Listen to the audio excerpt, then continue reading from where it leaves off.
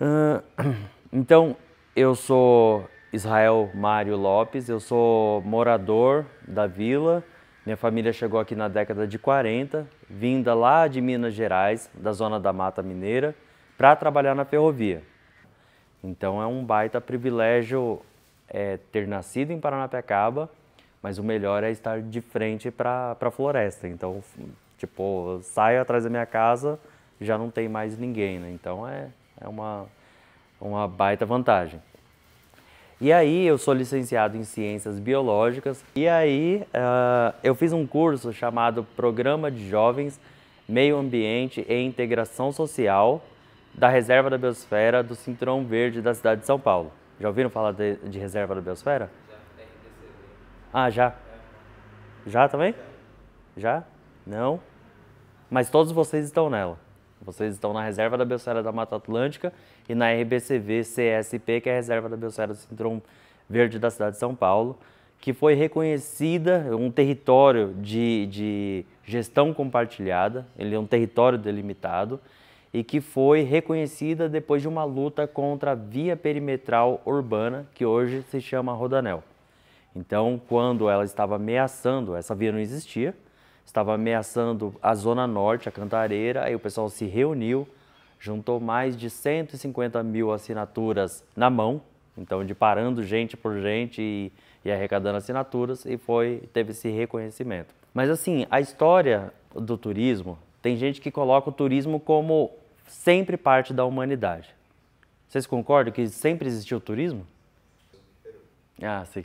Mas vamos imaginar, os seres humanos que começaram a evoluir lá na África, aí foram se espalhando, eles estavam fazendo turismo ou era outra coisa? Então, então, vocês veem aqui que tem uma pessoa que coloca que o turismo está ligado à história da humanidade, está ligado à história da humanidade, mas ele não está desde o desenvolvimento da humanidade, né? Porque as pessoas, o turismo, ele tem uma outra forma, né? Se a gente for pensar no presente. Esse turismo mais moderno, ele já começa principalmente ligado à Revolução Industrial. Então você tem a criação,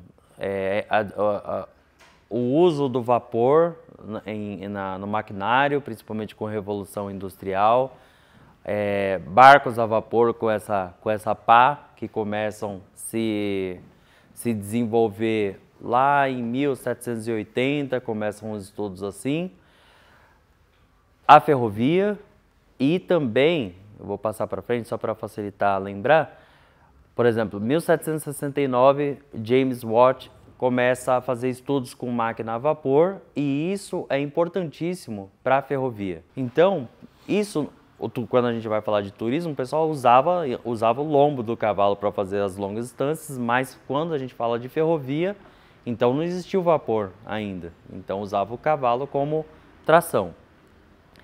As ferrovias, então, começando em 1807, depois a gente tem a primeira embarcação, que é o Savannah, atravessando em 1819, atravessando da Inglaterra para os Estados Unidos. E em 1828, o professor Johann Klein, ele escreveu Jornada do Reno, que é um livro de experiência de viagem. E aí, o Carl Baedeker, ele comprou o direito de... Ele comprou uma livraria e aí também o direito de publicar esse Jornada do Reno. E aí depois disso começaram a desenvolver mais livros são livros que contam como ir para o local, o que consumir também. Olha, hoje a gente vê no Instagram a pessoa falando, venha para São Paulo, você não pode deixar de conhecer o restaurante X, que está gravando, eu não vou fazer propaganda. E aí, então, hoje a gente vê isso e acha que é alguma coisa muito recente, né? Mas já existia, de dar dicas de, por exemplo, consumir o leite suíço com rum, por exemplo. Olha que, nessa época, né? Então, olha como é antigo. No Brasil, a primeira ferrovia é de 1854, E aí o turismo na ferrovia é um pouco depois, né? Essa aqui foi criada por Irineu, pelo Barão de Mauá, por isso que era chamada de Estrada de Ferro Mauá. Aqui, bom, e aí com a Revolução Industrial começa também a degradação ambiental. Da época da Revolução Industrial na Inglaterra, vocês já viram como que eram as vilas, como elas começaram a se formar? Em nenhum desenho antigo, todo mundo morando tudo apertado, começando a ter queima de carvão mineral e aquela fumaça perto de todo mundo. Então, vários problemas ambientais, sociais, e nesse ambiental também está relacionado à saúde, né? Então, a higiene também muito ruim, né? É nesse período que percebem que criar vilas operárias é melhor do que deixar todo mundo ali muito ruim, numa situação ambiental ruim, de saúde ruim e causando impacto também, porque a pessoa às vezes vai deixando de trabalhar. Então, quando as pessoas vão para a cidade para trabalhar nas indústrias, elas ficam doentes, elas não chegam no outro dia no trabalho, né? É muito o que formou a vila de Paranapiacaba dessa forma que vocês veem hoje. Não é pensando no bem-estar, mas é pensando que trabalhador com piriri, com dor de estômago, alguma coisa assim, não trabalha. Às vezes trabalha, né? As coisas mudaram bastante. Então, eu conheço gente que passando mal teve que não recebeu atestado e tinha que dar um jeito de chegar. Mas lá no passado era diferente. Bom, e aí, se você tem aumento da degradação ambiental, você olhando do ambiente degradado, você começa a admirar a natureza. Então, uma coisa é eu estar em Paranapiacaba a vida inteira, eu olho para São Paulo e falo, nossa, não sei como as pessoas conseguem viver no meio da poluição. E olha que São Paulo não é ainda tão horrível quanto existiram locais no passado. Por exemplo, Vila Paris, já ouviram falar? Vila Socorro? Não? Eu coloco o documentário também como dica. Vila Paris e Vila Socorro, elas estavam em Cubatão, bem do lado das indústrias. O Cubatão começou a se desenvolver ali industrialmente a partir de 1913. E aí depois, na década de 60, começa a encher de indústrias, próximo ali a Petrobras. Conhecem Cubatão? Sim. Conhece também? E aí as indústrias começam a crescer ali perto da refinaria Presidente Bernardes, e as pessoas que vinham trabalhar do interior, Mato Grosso, outras regiões, elas acabavam chegando ali, morando muito perto das indústrias. Então, é muito diferente uma pessoa morar em Paranapiacaba e olhar para fora do que uma pessoa que está ali do lado da indústria olhar para a Serra do Mar, por exemplo. Aí ela começa a admirar muito mais a Serra do Mar, né? E aí, só para concluir essa parte de Cubatão, então lá teve problema de saúde, problema ambiental, tanto que foi o município mais, ou melhor, a cidade mais poluída do mundo em 84. E aí, se está todo mundo tendo trabalho e renda com turismo, está impactando, e você cortar também, você às vezes vai retirar a renda de um monte de gente. E essas pessoas às vezes vai buscar essa renda cortando palmito, se a gente for pensar no Brasil, né?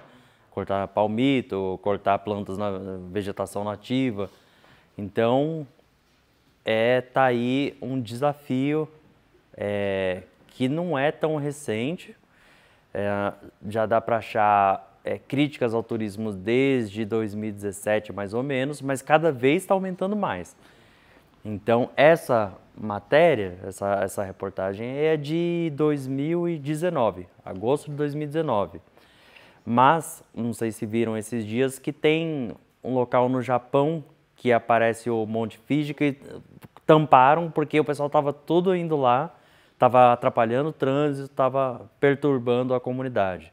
Tem local que estão tirando linha de ônibus porque os turistas também ocupam e atrapalham os moradores.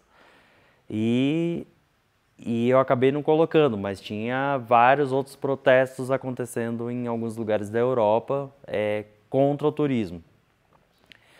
Mas só para fazer um apanhado de tudo que vocês falaram, lembrando, litoral, né? Se a gente for pensar como que era o litoral antes da ferrovia ou antes de todo mundo da ferrovia começar a entrar num processo de desestatização e todo mundo começar a comprar carro. Então o litoral não era cheio como é hoje, né?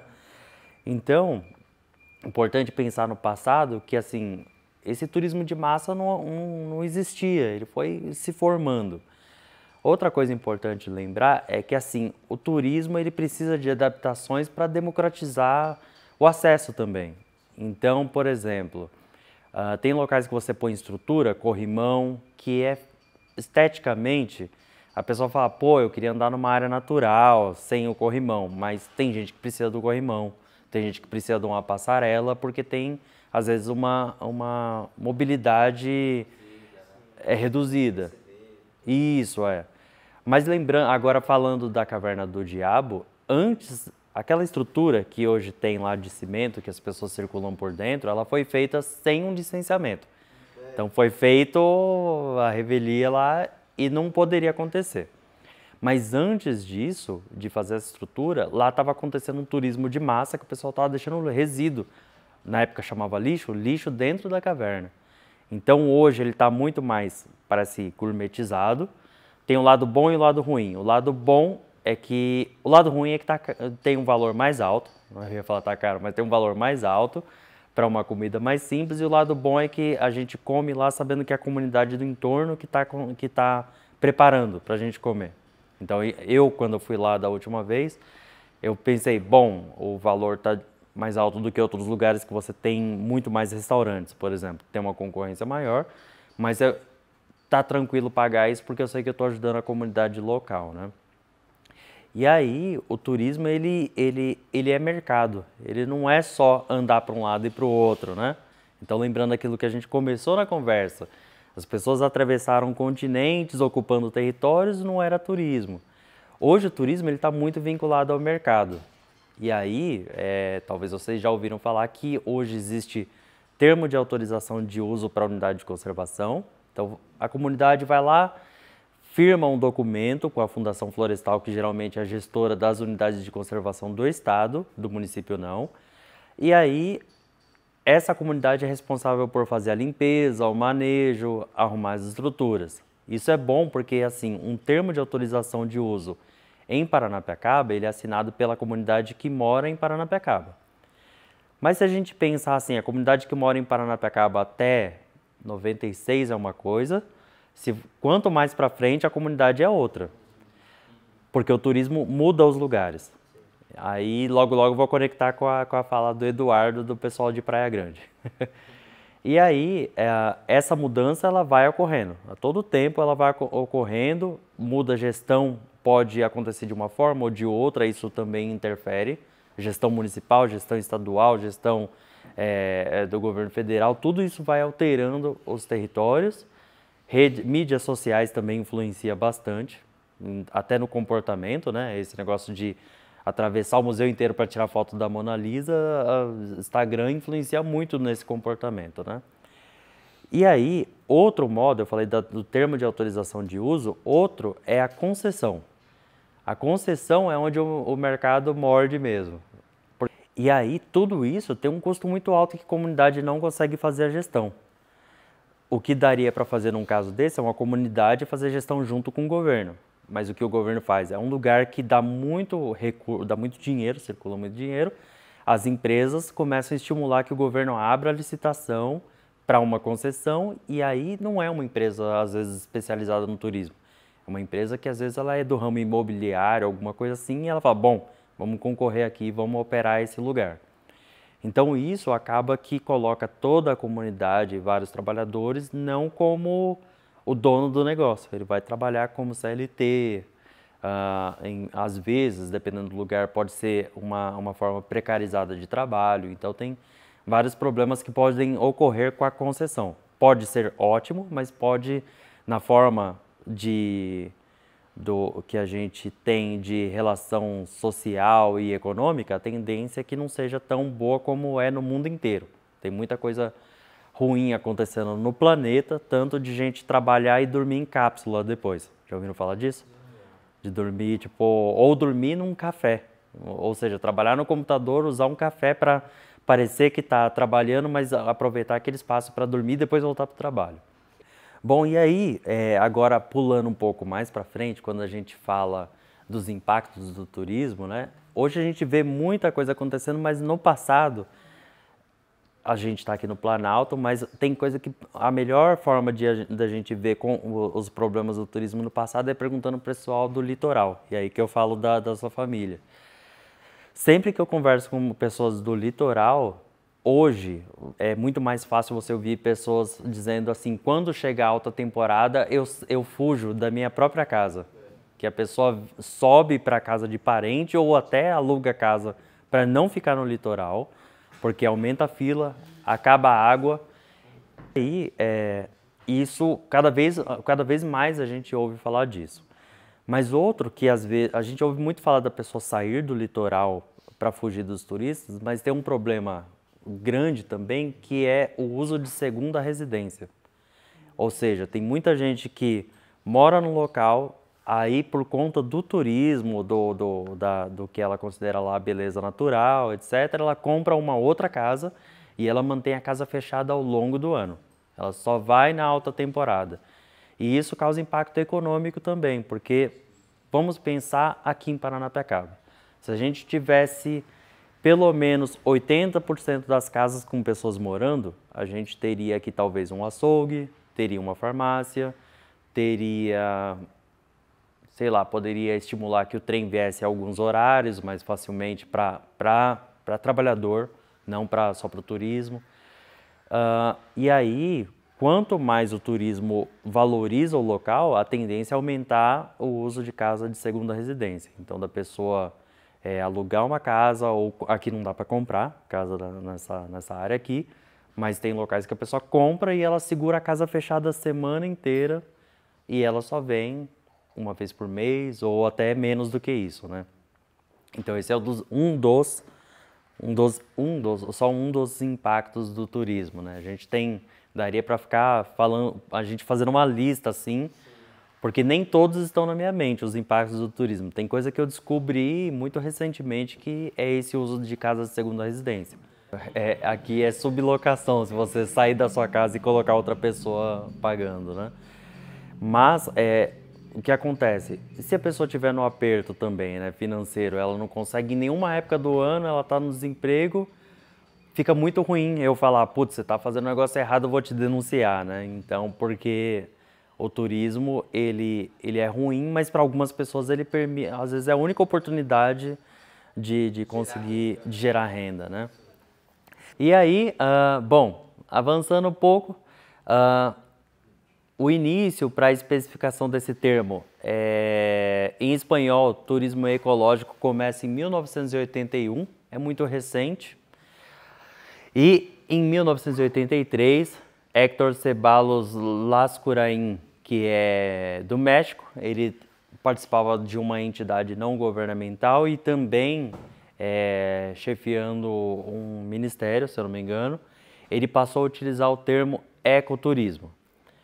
E aí, o primeiro conceito que foi difundido, mais o conceito que ele deu, que é a viagem a áreas relativamente preservadas com o objetivo específico de lazer, de estudar ou admirar paisagens, fauna, flora, assim como qualquer manifestação cultural existente. Isso eu gosto muito, isso aqui já é antigo, o pessoal já foi criando outros conceitos de ecoturismo, mas esse aqui, para a época, eu gostei muito de manifestação cultural, estar presente no ecoturismo. Porque, aqui para vocês eu não sei, mas quando às vezes a gente fala de ecoturismo para uma pessoa, ela sempre imagina trilha. Ela não imagina outras pessoas envolvidas, uma comunidade recebendo, conseguindo gerar renda e sendo respeitada por quem está visitando. Então o pessoal sempre imagina, você procurar lá no Google, ecoturismo, vai aparecer gente na floresta olhando uma paisagem. Ou na praia, no máximo na praia, mas na praia geralmente a modalidade praia, sol e praia. Mas assim, praia também dá para fazer ecoturismo. Você vai para Cananéia, por exemplo, quem já foi ou não foi ainda, vá um dia, é muito legal. Então, sempre as pessoas remetem a ecoturismo a uma pessoa, Geralmente na foto vai estar um homem branco olhando pro horizonte, né? É sempre a mesma coisa. Hoje em dia mudou muito, que aparece às vezes um casal, mas sempre o ecoturismo mostra ainda nas grandes, os sites maiores que dão mais acesso, mostra sempre uma visão mais limitada, assim. E aí, então, essa é mais antiga, mas aí depois o pessoal tem da Embratur, que o ecoturismo é o turismo. Turismo também tem um conceito para isso, que é você visitar um outro local, que é aquele que você não vive. Atualmente está assim, e você ficar menos do que um ano no local. Mas é muito estranho, né? Porque esse conceito ele tenta definir um recorte temporal.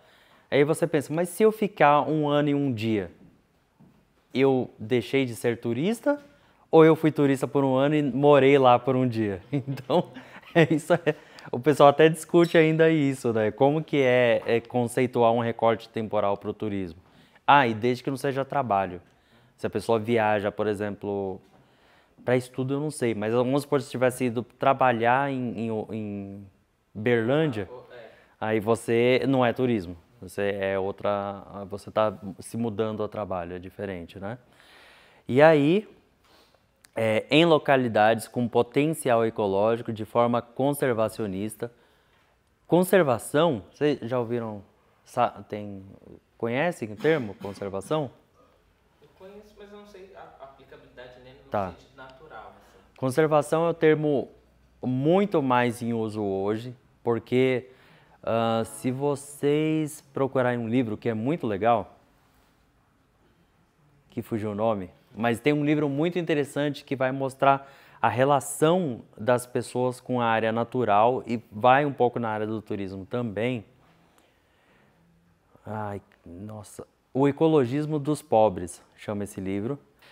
E aí a ideia preservacionista começa a entender o ser humano fora da natureza, que é um grande impacto. Você entender, principalmente povos indígenas, quilombolas, são os que mais sofrem com as ideias preservacionistas, que às vezes ignora que a pessoa viveu naquele território por muito tempo. Então isso é muito ruim porque pode acontecer da retirada da pessoa daquele lugar para proteger para a humanidade e a pessoa ela tinha toda uma cultura que entendia para que usa a planta medicinal, qual é a planta, quando colhe, qual lado da planta que se colhe, etc. E aí você tira a pessoa e fala, agora você vai trabalhar na cidade. Agora você vai fazer um trabalho de apertar parafuso, tipo, todo o conhecimento da pessoa.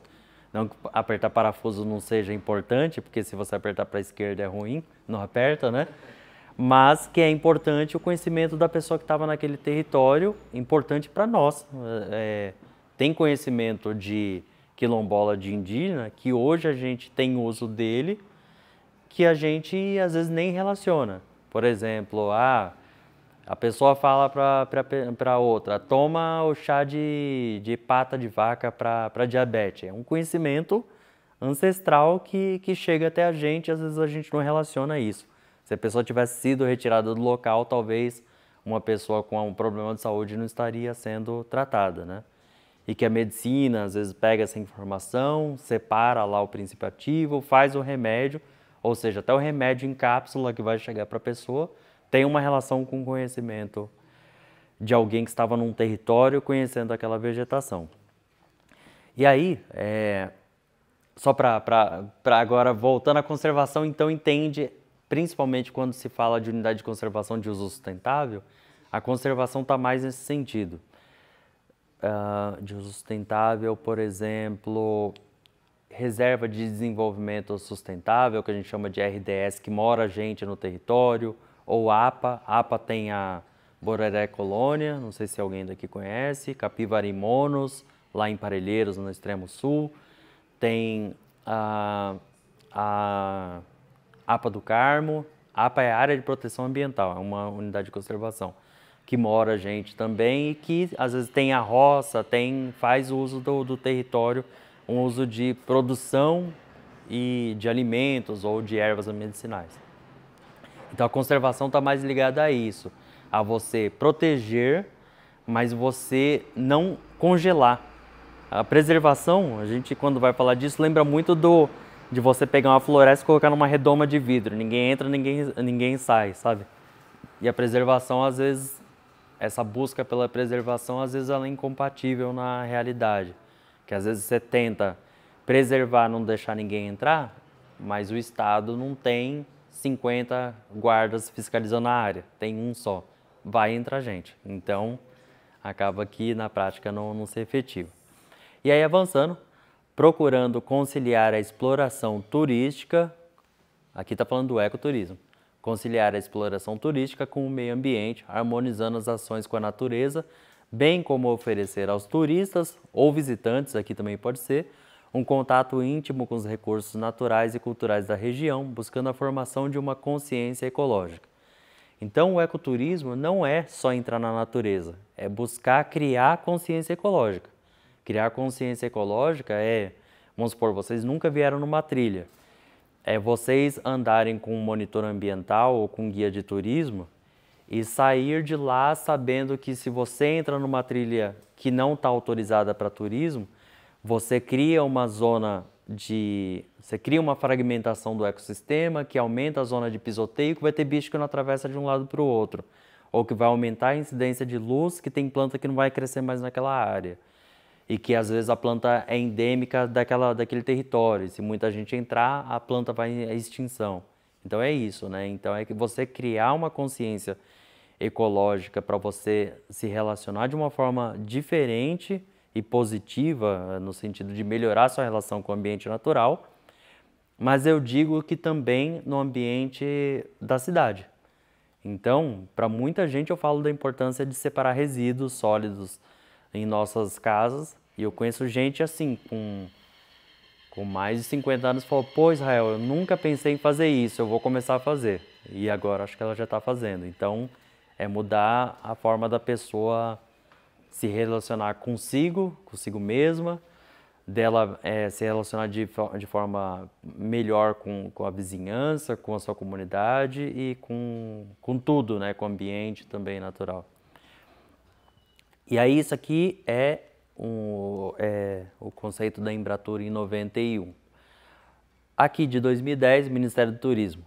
O Embratur é a Empresa Brasileira de Turismo. Hoje ela trabalha principalmente com a relação Brasil e outros países, né? Antes era a Embratur que cadastrava os guias de turismo.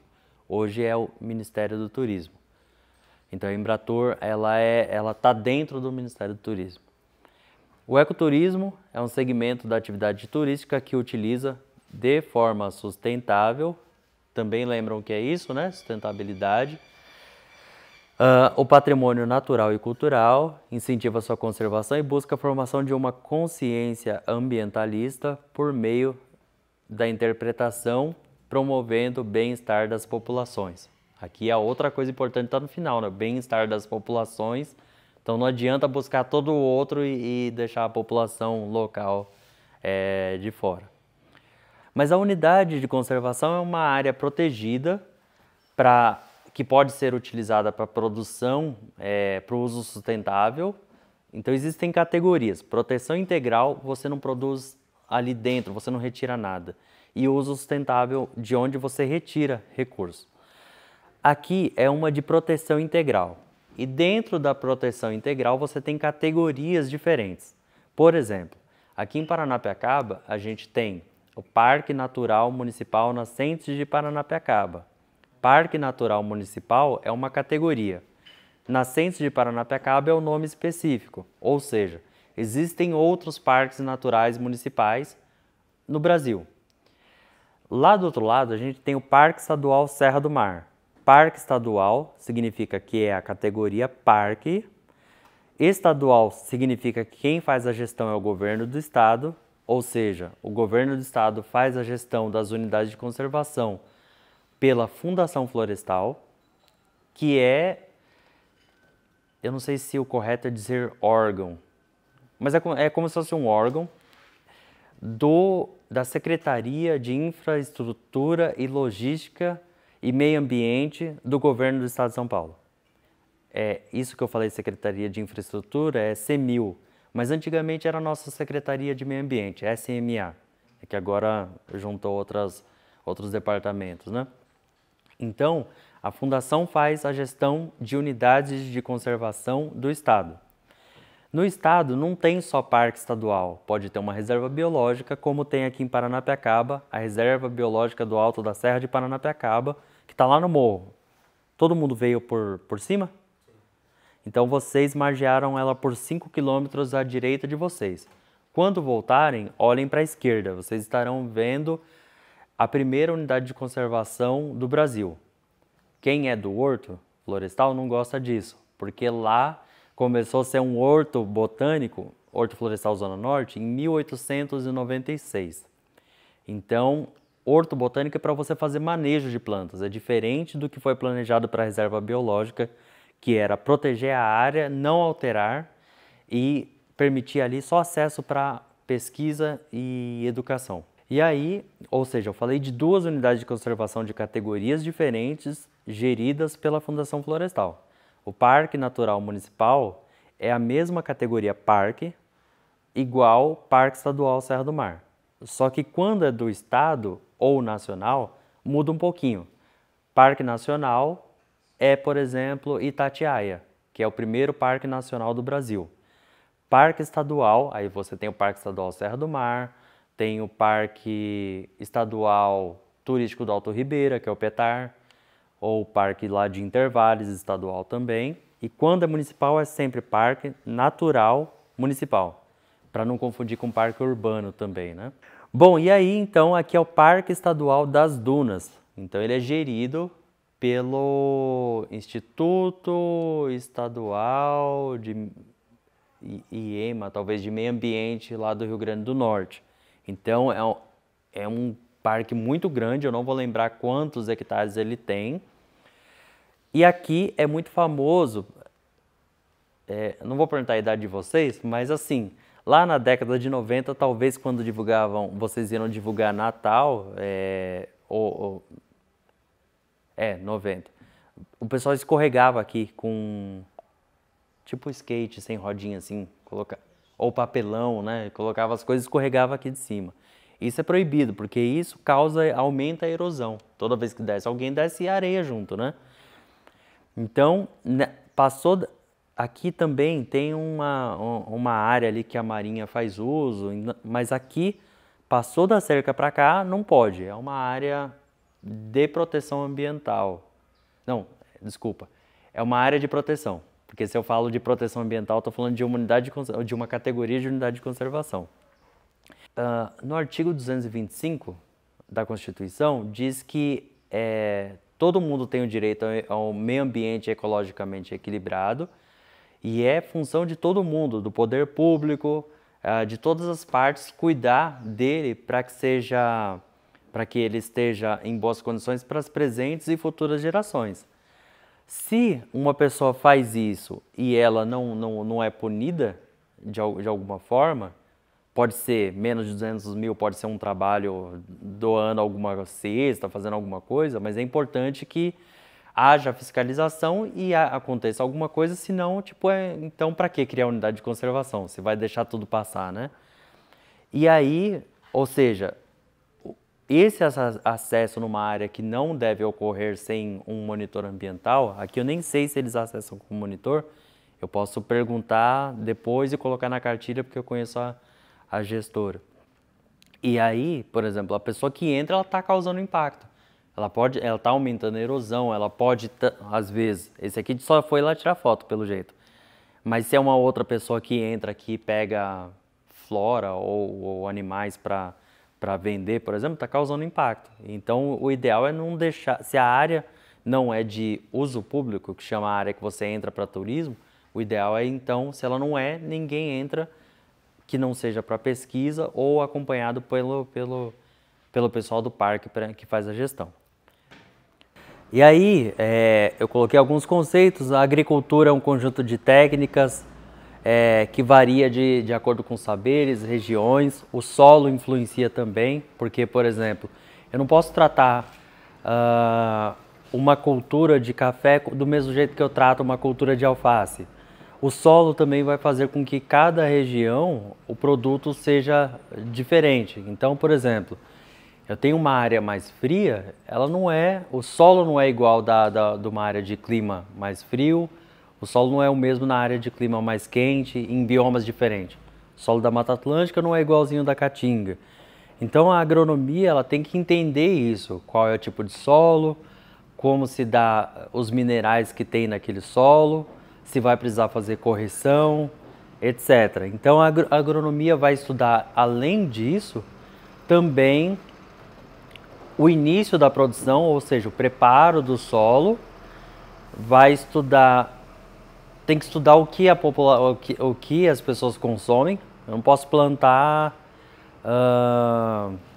sei lá, alface num lugar que ninguém come alface. Eu vou estar tendo prejuízo de trabalho, de plantio, né?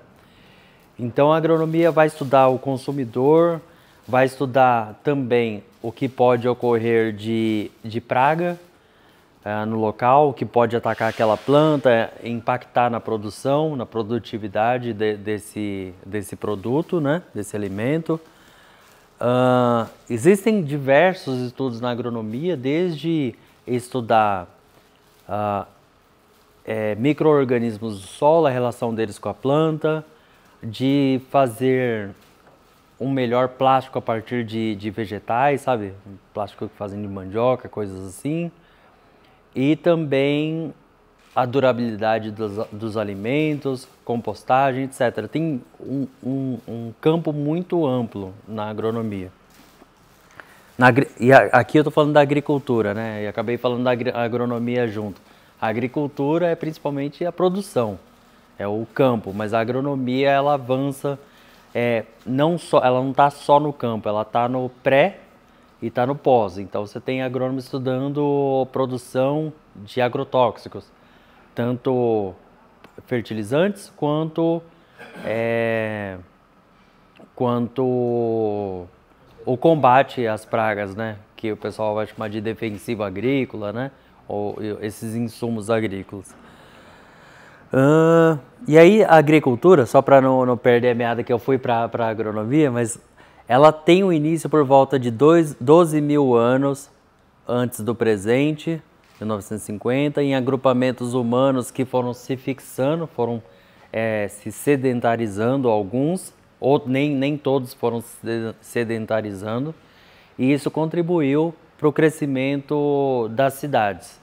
Então a base das cidades foi as pessoas pararem no local e elas param, começam a produzir ali, começa a ter um sustento que não precisa de se locomover tanto e vai formando, aumentando a agricultura, vai crescendo também a criação de animais, etc. E aí, de 12 a 5 mil anos, que é o período do desenvolvimento da agricultura dessa mais antiga, né? Hoje tem uso de drone, tem um monte de coisa nova na agricultura que no Google vocês vão ver que vai ficando cada vez mais diferente, né? Porque às vezes o que acontece? Quando a gente fala agricultura, a pessoa já lembra de um latifúndio, às vezes, um plantio só de soja, um tratorzão colhendo. Mas isso é agricultura também, mas a agricultura é isso que você falou, de uma pessoa plantando coisas que a gente vai comer, por exemplo, na agricultura familiar, e que não é uma commodity, que vai plantar ali. Pode ser uma agricultura de subsistência, que você planta para a sua sobrevivência ali, e pode ser também uma agricultura familiar que a família planta, leva até a feira, ela mesma leva até a feira, não tem atravessador. A agricultura também tem atravessador, então existe uma diversidade. É um tipo de agricultura. A agricultura sintrópica é muito daquilo que a gente vê nesse Conhece o sistema agroflorestal? Já ouviram falar antes? Não? Sim. Que é isso, de você fazer um plantio de espécies mais baixas e essa agricultura, no processo que ela vai avançando no tempo, ela também vai ter plantas que vão crescendo, arvoretas. Então você pode começar lá plantando alface, couve, aí chega uma hora você começa a colocar milho, feijão, depois você está colocando adubadeiras como mamona, começa a colocar umas arvoretas, depois você já tem árvore que vai ultrapassando essa vegetação e começa a fazer sombra, e aí você vai reduzindo também o seu trabalho. Então, se você tem, imagina, um monte de pé de alface no canteiro, o trabalho é um. Se você tem uma área que tem alface, mas você tem outra que tem vários mamoeiros, o trabalho é outro. O mamoeiro, você não tem que ficar lá todo dia ali colhendo, tirando erva do entorno dele. Ou quando você já avança para o estágio arbóreo, jaca, por exemplo. Então, jaca é um trabalho muito fácil. A pessoa vai lá, colhe a jaca, não precisa de processar a jaca, né? E aí eu coloquei aqui alguns tipos da agricultura. A agricultura familiar, ela pode empregar uma pessoa que não é da família, mas a maior parte é da família, existe legislação para isso. Agricultura sustentável é um termo muito amplo, que abrange outros tipos de agricultura. A agroecologia está nisso. Aquela agricultura natural faz parte disso também, desse grupo, né? Então a gente tem agriculturas que entram aqui na agricultura sustentável.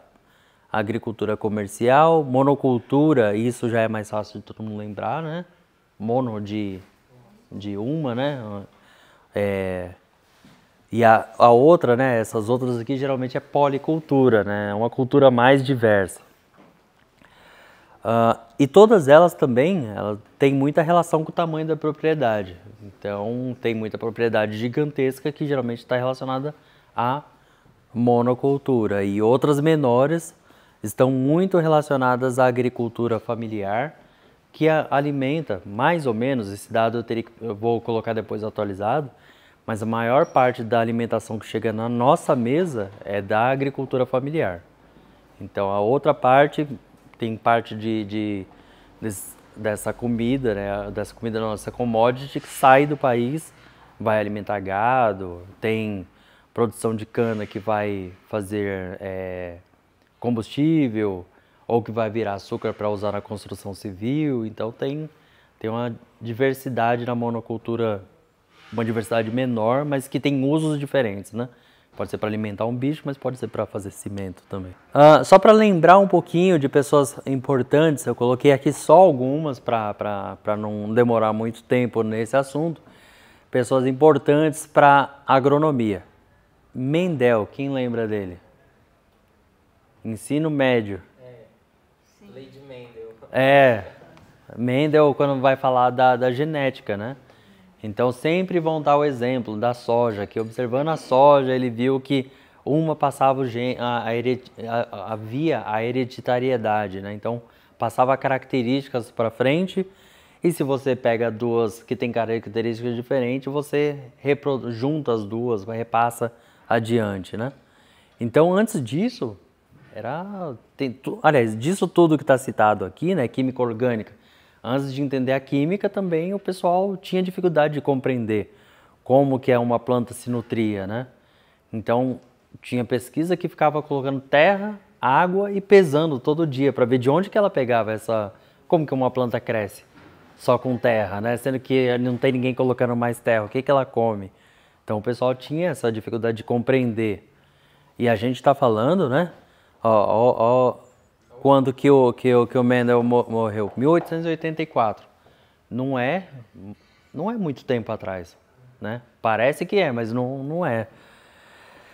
E aí, na genética, o Mendel, o Justus von Liebig, estudando a agricultura, a química orgânica, e foi muito importante para a agricultura moderna e produção de alimentos. Albert Howard, ele de origem, se eu não me engano é inglês, aí ele foi para a Índia e lá ele viu o processo de compostagem. E aí foi ele que trouxe para o Ocidente a compostagem. Então viu que essa técnica utilizada por povos lá da Índia era importante para a nutrição do solo. E aí a agroecologia, existe muita discussão do que é agroecologia, né? Do mesmo jeito que é ecoturismo, né? Eu mostrei para vocês ali em pouco tempo 3 conceitos diferentes. Na agroecologia, então, o importante é que saibam que existe uma convergência de assuntos que vão facilitar com que a pessoa, mesmo que sem saber muito o que é o conceito, dá um conceito já pronto, né, ela sabe pelo menos o que qual rumo que a agroecologia está levando. Que se eu estou falando de monocultura, eu já não estou falando de agroecologia. Se eu estou falando de uso de agrotóxicos sem ser de transição de uso de agrotóxico para deixar de usá-lo, fazer transição agroecológica, eu não estou falando de agroecologia, né? Então, é fácil pensar na agroecologia quando você tem aquela convergência de assuntos que é pensando na melhoria da vida da pessoa, do seu trabalho, da qualidade do ambiente, do solo, das inclinações de morro que eu não posso ocupar com a agricultura, dependendo da inclinação, né? Então, tem áreas que a gente chama de área de preservação permanente, em torno de nascentes, beira de rio, que não se faz o plantio. Então, se você não está fazendo ali, você planta espécies nativas, você está protegendo não só o rio, você está protegendo a natureza, a sua agricultura também, porque lá naquela floresta ou lá naquela matinha tem também os agentes que vão controlar o que é uma possível praga daqui. Na agricultura não usa muito praga, mas estou falando de uma forma, na agroecologia, né? Mas estou falando de uma forma mais fácil de entender. Porque existe a discussão de que se você tem uma couve lotada de pulgão, o pulgão não é seu inimigo, ele é seu amigo que está mostrando que você está trabalhando errado com a planta ou com o solo, né? Então ele está sendo um companheiro, ele está avisando, né? Aqui tem um conceito da CAT, Coordenadoria de Assistência Técnica Integral do Governo do Estado de São Paulo. O que é agroecologia? É uma ciência que fornece os princípios ecológicos básicos para o estudo e tratamento de ecossistemas, tanto produtivos quanto preservadores dos recursos naturais, e que sejam culturalmente sensíveis, socialmente justos e economicamente viáveis. Isso aqui é o tripé da sustentabilidade. Proporcionando assim um agrossistema sustentável. A abordagem agroecológica da produção busca desenvolver agroecossistemas com uma dependência mínima de agroquímicos e energéticos externos. E aí esse é o conceito que a CAT, eu não lembro qual ano que tá isso, eu acho que não tinha ano lá, é do site que eu peguei essa semana. E aí o que eu coloquei aqui para a galera da aula passada, onde a gente quer chegar, né? Isso aqui... outra coisa, eu recomendo que vejam, eu vou colocar o link, mas o dicionário de agroecologia e educação é muito importante para que consigam compreender os diversos conceitos e relação entre diversos conceitos que a gente trata na agroecologia, na compostagem, etc. E aí eu trouxe para o pessoal essa reflexão, né? Tipo, aonde a gente quer chegar? Tipo, é só fazer a compostagem pela compostagem? Ou é só agroecologia pela agroecologia? Não, a gente acaba que com a agroecologia a gente consegue cumprir o que está colocado aí no artigo 225 da Constituição.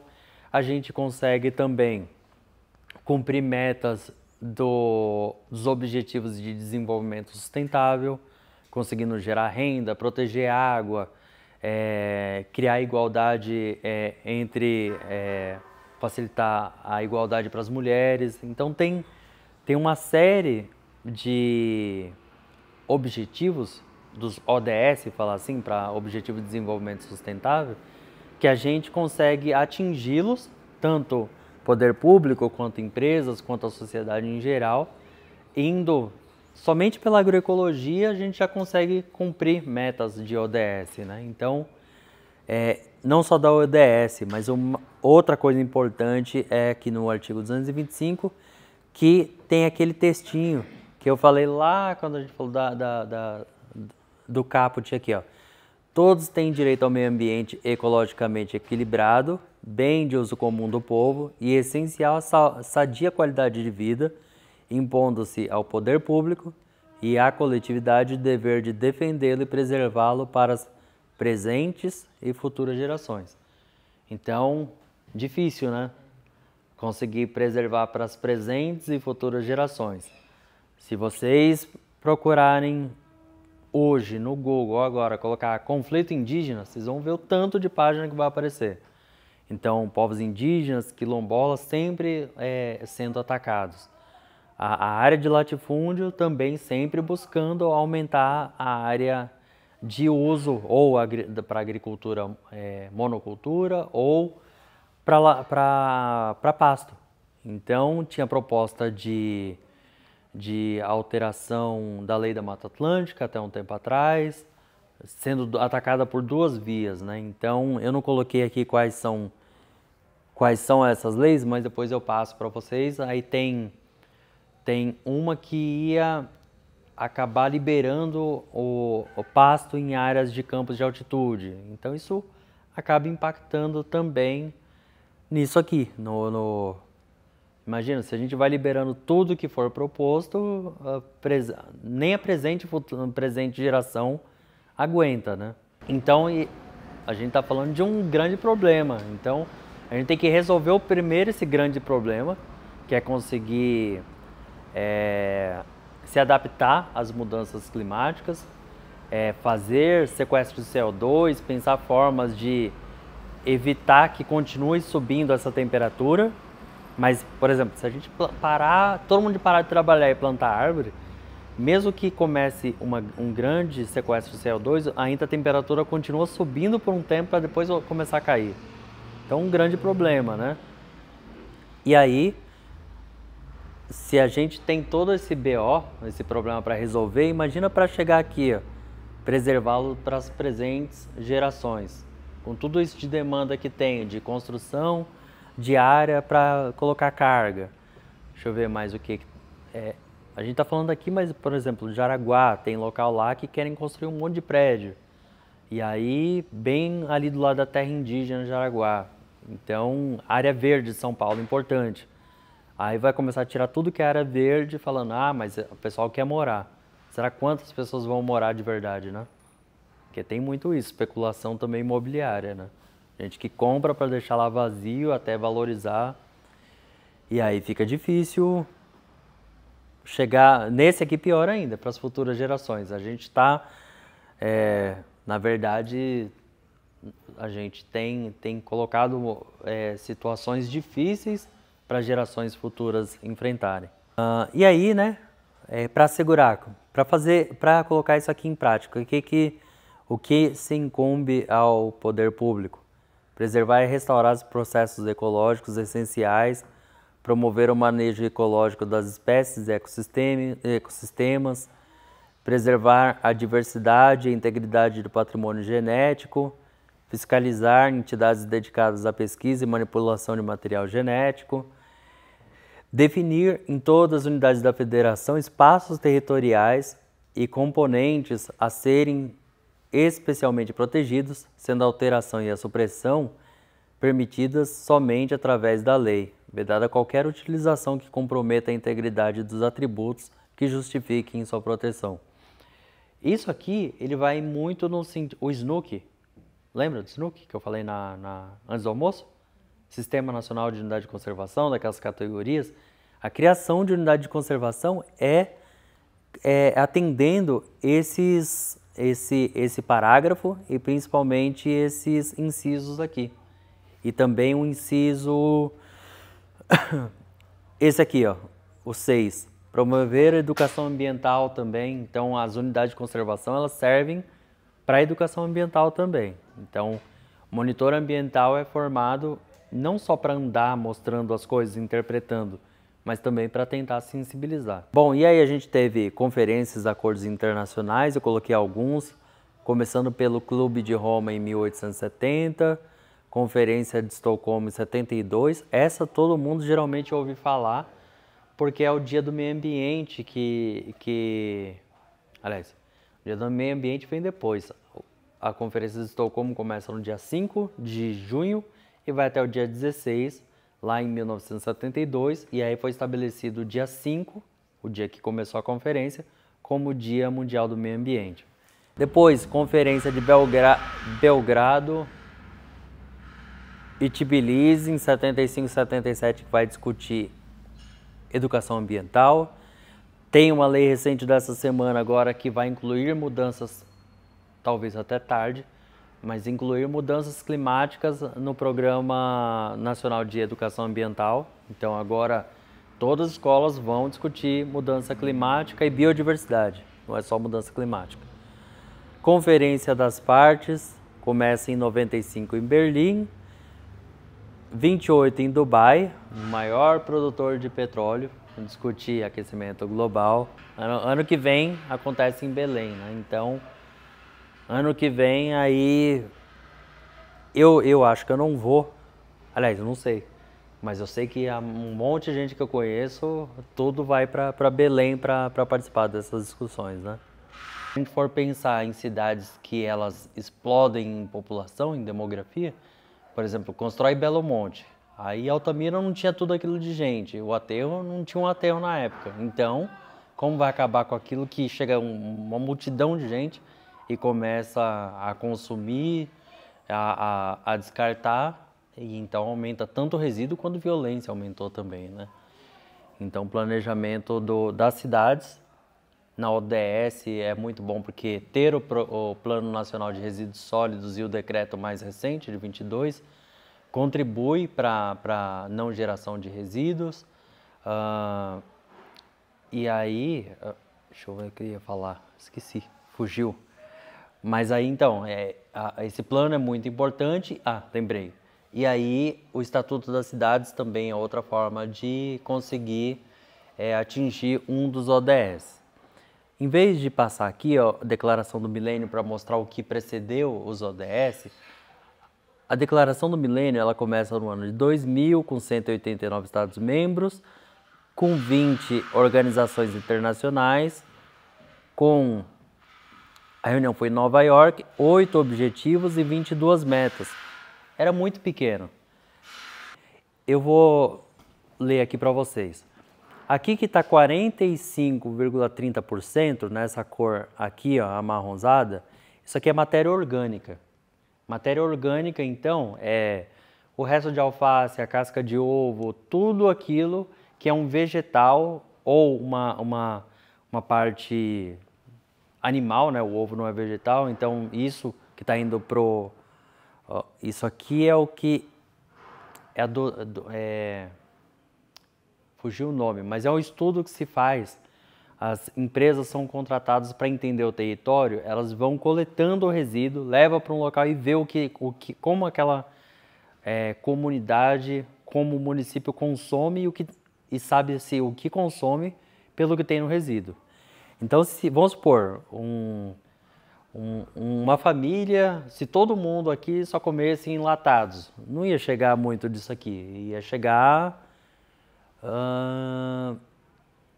esse amarelo, metais, ia aumentar metais, né? Então, se a equipe, a empresa contratada vai lá e faz, eu vou tentar lembrar o nome, tá fugindo da memória, vai lá e estuda esse resíduo, ela sabe qual é o consumo, sabe até a renda, geralmente, das famílias, só pelo cálculo dos resíduos. A primeira coisa é que é difícil pensar isso no nosso sistema, que nós vamos chegar em casa e vamos assistir falando para consumir refrigerante, que vai assistir um monte de coisas sobre consumismo. Então, a primeira coisa é reduzir. Então, se a gente reduz, né? Aqui a gente não precisa de reduzir tanto, assim, verdura, essas coisas. O bom é pensar em consumir produtos que não causem impactos ecológicos e sociais, etc. Processados também, né? Então, os ultraprocessados, aí eles já começam a entrar principalmente nesse aqui, ó, no plástico, né? Geralmente o ultraprocessado vem plastificado. Então, aqui ainda tem a boa parte do que a gente come e processado ainda é bom, né? No metal, que é o milho. Agora, ultraprocessado é salgadinho, refrigerante, essas coisas. Que aí impacta o meio ambiente, impacta também o ambiente interno, né? A saúde. Mas agora, se a gente pensa em reduzir, pode ser que reduza aqui um pouquinho, mas vai reduzir aqui, ó. Então a gente já vai ter menos metal sendo adquirido no mercado, menos plástico, menos papel. Bom, e aí aqui o verde é o vidro, tá aqui, ó. E aí é isso, que parte dos resíduos. Eu não vou, pela hora, eu não vou falar muito do que é solo, porque isso a gente pode já fazer na prática. Então, só para falar o conceito aqui da CETESB. Solo é um meio complexo e heterogêneo, produto de alteração e remanejamento e organização do material original, rocha, sedimento ou outro solo, sob a ação da vida, da atmosfera, das trocas de energia que aí manifestam, e constituído por quantidades variáveis de minerais, matéria orgânica, água da zona não saturada, da zona saturada, ar, organismos vivos, incluindo plantas, bactérias, fungos, protozoários, invertebrados, entre outros animais. Então, o solo na prática todo mundo sabe o que é, né? Mas a formação dele que é um pouco mais complexa e no país a gente tem uma diversidade de solos em relação ao tipo de rocha, em relação ao local, a influência que ele sofre pelos rios ou do clima, etc. Isso aqui é São Geraldo, Minas Gerais, olha que legal, o tipo de rocha diferente aqui você vê o solo, dá para ver os horizontes quando você está lá bem pertinho, você vê o horizonte zero, aí você vê a risca aqui, ó, escurinho, aí depois você vê aqui outra cor, aqui mais claro, e aqui você vê até dobras, ó, aqui daqui não dá para ver direito, né? Mas lá você vê até uma onda assim na rocha, na época de formação, quando ela resfriou, ficou com dobrado. Então é bem legal e isso aqui é solo se formando, rocha que está virando solo, mas tem um outro problema, né? Olha o tamanho da erosão. Então isso aqui foi usado para pasto e depois ninguém controlou a erosão. Morro do Careca tem erosão aqui nessas partes, nas falésias, né? Vocês talvez ouviram falar que infelizmente teve uma família que faleceu durante a pandemia porque ficou embaixo de uma falésia famosa em Natal que tem um buraco e aí caiu, você solapou, né? Às vezes à noite vem água, vai batendo, aí num dia seco, caiu. Então, falésias, é comum que elas sofram o impacto da água do mar que bate, né, ao longo da noite. E o problema é que no Brasil inteiro os oceanos vão, no mundo, né? O oceano vai subindo, cada vez mais essas águas, elas vão batendo aqui, ó, vai bater cada vez mais alto. Lembram lá em Florianópolis, o pessoal tendo que fazer uma praia, enchendo de areia? Em Natal, vários outros lugares estão colocando rocha para o mar não conseguir avançar mais. Então, e aí, mudança climática, né? Aumenta o nível dos oceanos, a temperatura faz com que também aumente um pouco mais. Então, aumenta por derretimento da geleira, aumenta pelo espaçamento entre as partículas, e aí isso vai afetando aqui cada vez mais. Outro lugar lá em Minas, uma baita erosão. E aí, vamos pular aqui, ó. Macronutrientes, nitrogênio, fósforo, potássio, cálcio, magnésio, enxofre, são os macro porque as plantas usam em maior quantidade. Micronutrientes, cobre, ferro, manganês, zinco, boro, cloro, molibdênio, níquel, cada um com funções e importâncias diferentes. Da compostagem, que ela pode variar conforme enfoque microbiológico, agronômico ou de engenharia ambiental. Ela é importante que é um processo aeróbico e exotérmico, então ela vai ter calor dentro dela e o calor vai sair. Então, conforme ela vai subindo a temperatura, esse calor sai. Conforme passa o tempo, ela vai se resfriando. Então, quando é sem oxigênio, não é esse tipo de compostagem que a gente vai trabalhar aqui. Tá? Então, o que a gente vai trabalhar é usar a palha, esse composto, ela vai ter subida de temperatura, esperamos que ela não tenha odor, porque quando dá certo ela não tem odor, e ela vai ter calor. Bom, aí aqui a fase mesófila, que vai subindo a temperatura, ela vai chegar aqui até perto de 40 graus, aí tem a transição, a fase termofílica, então aqui é o período que ela fica maior tempo nesse período aqui geralmente entre 45 e 75 graus. Aqui nessa fase você tem as bactérias começando a fazer o processo de decomposição, que vai variar mais ou menos entre 45 horas mais ou menos e pode ser geralmente até 15 dias. Não necessariamente todas as compostagens elas vão subir de uma vez só. Elas podem variar a temperatura de acordo com o tamanho das coisas que a gente corta. A gente chama de granulometria isso. Então, se eu corto bem picado com um tamanho diverso, é diferente do que eu cortar muito grande. E aí aqui então a fase termófila e aí depois que passa, se ela passa para cá, ó, aqui, a partir de 70 e poucos, assim, perto de 80, ela pode entrar em combustão ou ela para de trabalhar, porque aí isso inibe os micro-organismos. Então ela tem que chegar nesse ponto aqui, até perto, passando um pouquinho de 65.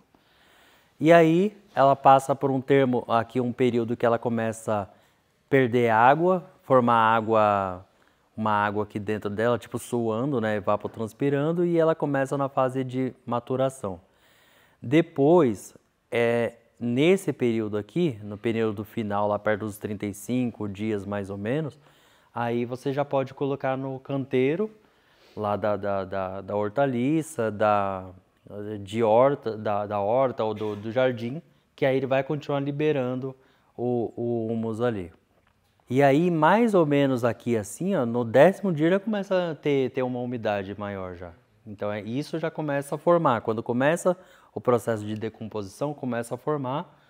Só que assim, se você não tem chuva no local, a tendência é que desça muito pouco. Então a tendência é que ele fique. Geralmente eu vejo o pessoal produzir em local cimentado e a gente acaba não vendo muito porque tem palha por baixo também. Então essa palha, o carbono, ele vai absorver um pouco também. Então eu posso ver se tem assim algum estudo que vai mostrar exatamente quando começa a maior produção de perda do... Não é perda, né? Porque esse biofertilizante aqui... Vamos supor que isso aqui fosse uma compostagem. A matéria vai estar aqui, ela não vai estar aqui encostada já no chão. Então ele já não vai cair para cá, ele vai descer para cá e aí ele meio que vai percolando, ele vai entrando, ele não desce reto, sabe? Ele vai sendo absorvido pelo entorno. Aí eu vou ver se tem algum estudo que mostra o quanto desce, se já tem um estudo de quantos litros vai perder.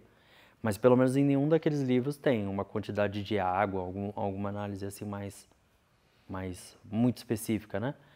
Agora, tudo isso também vai variar de acordo com o material que você coloca. Então, vermicompostagem, você não pode pôr muita matéria orgânica, porque isso vai criar amônia e isso é ruim para as minhocas.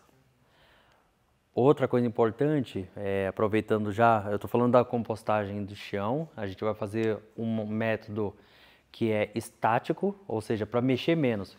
Vocês fizeram aquelas que você tem que virar de tempos em tempos? Essa é estática e de aeração passiva. Então, a gente não vai nem pôr cano, vai ser só o espaço que tem entre a palhada, uma camada grossa de mais ou menos 30 centímetros, que vai fazer com que conforme vai esquentando a compostagem e esse calor vai saindo, ele consegue puxar o ar para dentro também.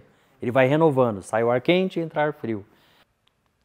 Aí aqui as fases, né, fala um pouquinho, a temperatura subindo na fase termófila para cima de 45 graus, podendo ficar entre 50 e 65, predominando nessa faixa.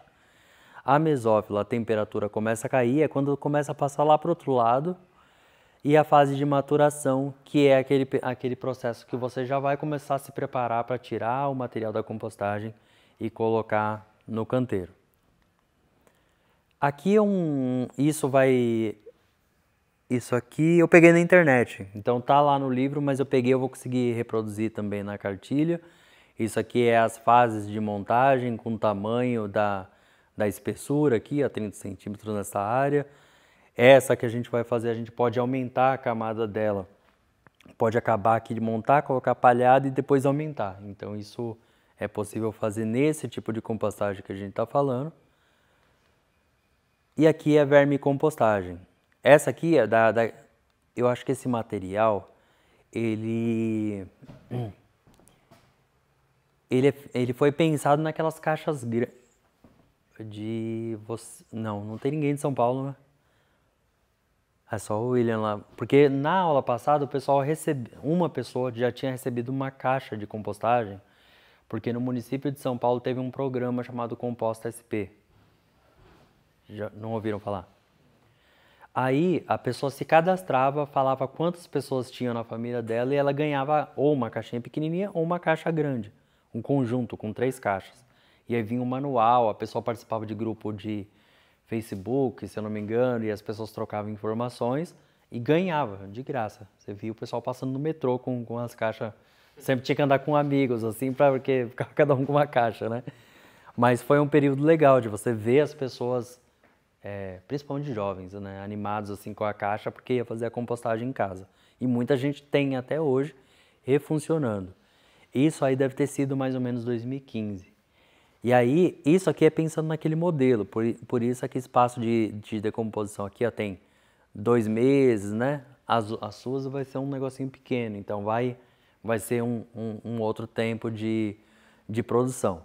Mas é assim, ó, você coloca aqui, não pode pôr limão, aqui tem um limãozinho ali desenhado, mas não pode pôr limão, nem carnes, porque isso aqui demora, isso aqui não é uma compostagem igual essa que a gente estava falando antes, isso aqui é um outro tipo.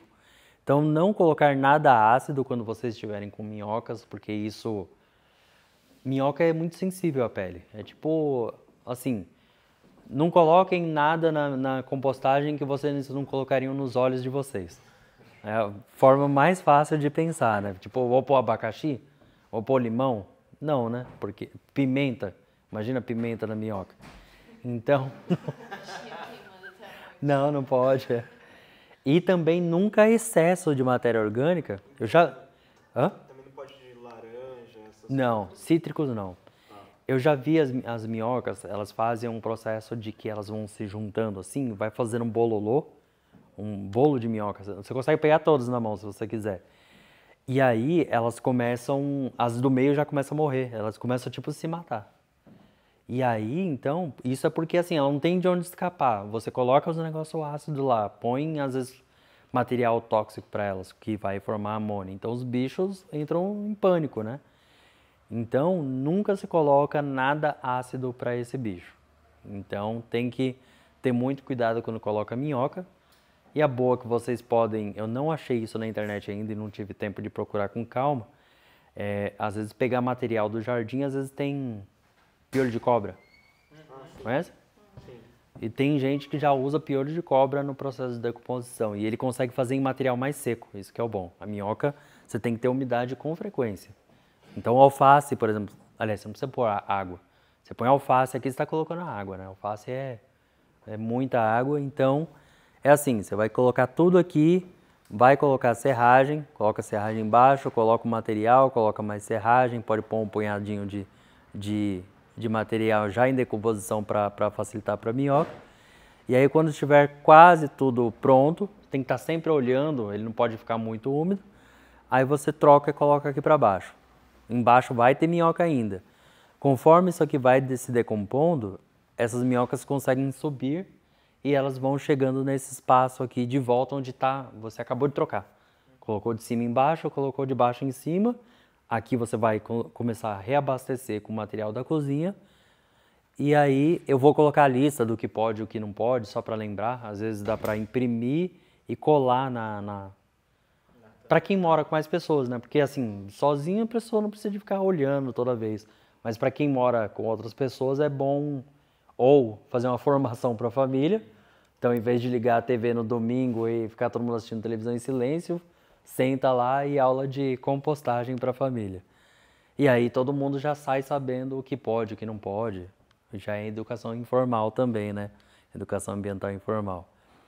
E aqui embaixo você tem o composto pronto, aqui é o biochorume. E aí o biochorume, dependendo da cor dele ali, o pessoal geralmente usa muita cor para saber o quanto ele está forte ou não. Você põe uma parte dessa para 10 de água e aí borrifa no solo, nas plantas que estão na sombra. Então isso faz parte da nutrição das plantas, chama biofertilizante, que antes chamava de chorume. Só que chorume é aquilo que a gente põe no saco de lixo e forma aquela bolsinha lá de coisa decompondo. Aqui não, aqui é parte do processo. de decomposição desse material com as minhocas. E aí, aqui está falando um pouquinho da vermicomposta, das minhocas. Essa espécie, uma delas, tem outra Eisenia, que é a Eisenia fétida, que é a mais comum, mas tem uma outra Eisenia que não dá para saber quem é quem pela característica. Não é uma minhoca que você pega uma Eisenia e outra Eisenia e sabe quem é quem. Essa aqui já é diferente dessa, mas as duas Eisenias já não diferem muito. E aí essa aqui é minhoca de esterco ou chama minhoca africana também, é outro nome popular que ela tem.